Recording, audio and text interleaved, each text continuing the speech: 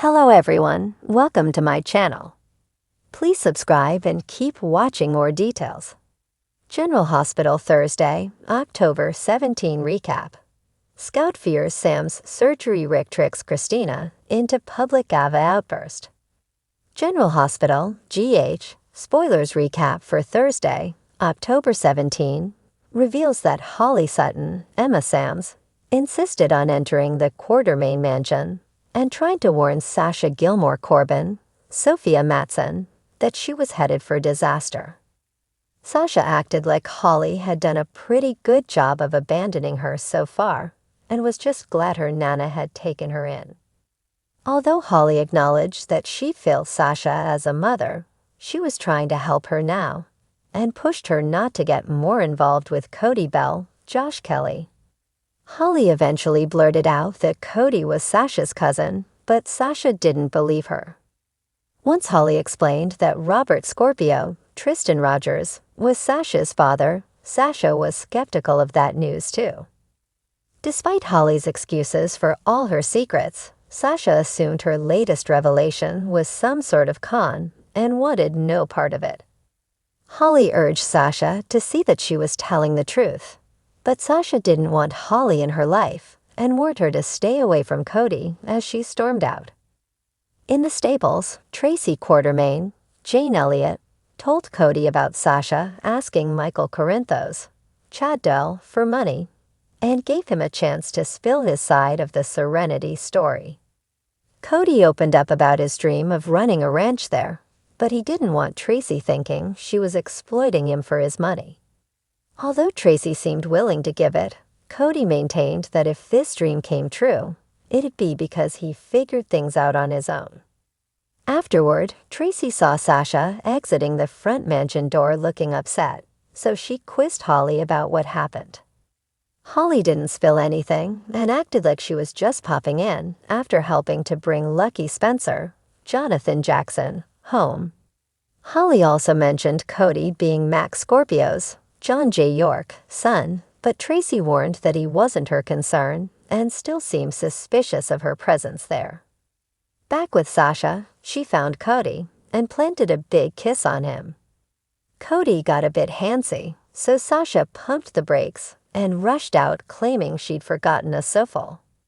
Once Sasha was alone on Thursday's GH episode, she looked pensive as she mulled over Holly's updates.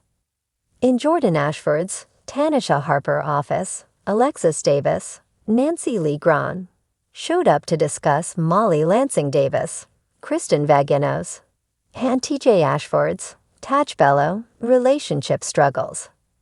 There were concerns about TJ and Molly's romance not surviving if Rick Lansing, Rick Hurst, thought Ava Jerome, Maura West, off the hook. Even so, Jordan was adamant that Molly and TJ had to figure out for themselves if they could make it as a couple. At the Port Charles Grill, Rick had dinner with Ava and hinted about a strategy he wasn't ready to reveal yet. Christina Corinthos Davis, Kate Mancy, eventually appeared and approached their table to launch a confrontation. Rick pushed Christina's buttons and added to her anger, so she made a very public scene and smacked a glass out of his hand. By the end of it, Rick's lip was bleeding while Christina had the whole restaurant focused on her payback promises. Alexis dragged Christina out of there moments later and warned that she was fueling Rick's defense strategy by looking like the aggressor here. Meanwhile, Ava realized that Rick arranged that run-in with Christina and planned for her to blow up in front of witnesses. Rick made a prediction about breaking Christina on the stand in exactly the same way. At home, Molly opened up to TJ about her fears that Christina would tank the case against Ava, but she planned to offset her sister's outburst with her own calmer testimony. TJ and Molly were on the same page about Ava needing to pay for what she'd done. At Sam McCall, Kelly Monaco, and Dante Falconeri's, Dominic Zamprogna, place they told Rocco Falconeri, Finn Kerr, Danny Morgan, Asher Antonizin, and Scout Quartermain, Cosette Abinant, about Sam being a donor match. Rocco hugged Sam when he found out she'd be the one to save Lulu Spencer, Alexa Havens, and praised Dante for coming through on his promise to find another donor. Danny was thrilled for Rocco, but Scout seemed concerned over whether Sam would be okay after the surgery. Sam and Dante reassured Scout, who suggested a big party to celebrate once the transplant was a success. Danny, Rocco, Scout, Sam and Dante all came together for a group hug, which was heartbreaking since General Hospital spoilers say Sam's grim fate is just around the corner. Thursday's episode of General Hospital was nothing short of explosive, with high-stakes drama that had every character on edge. The tension was palpable from the moment Sam was wheeled into surgery to the shocking outburst that rocked Port Charles. Here's a recap of how it all went down. Scout's fears over Sam's surgery. At the center of the emotional storm was young Scout, who was struggling to cope with her mother Sam's impending surgery. The procedure, though risky, was essential to remove a tumor doctors feared could grow into something far more dangerous. Sam, always the strong and resilient woman, had reassured her daughter that everything would be fine. But Scout's wide, teary eyes betrayed her growing fear.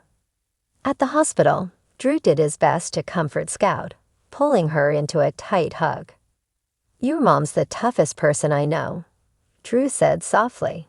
"She's going to get through this. She's always fighting for you." Despite Drew's efforts, the weight of the situation was heavy on Scout's young shoulders. As the doctors prepared Sam for surgery, Scout clutched tightly onto the bracelet Sam had given her earlier that morning.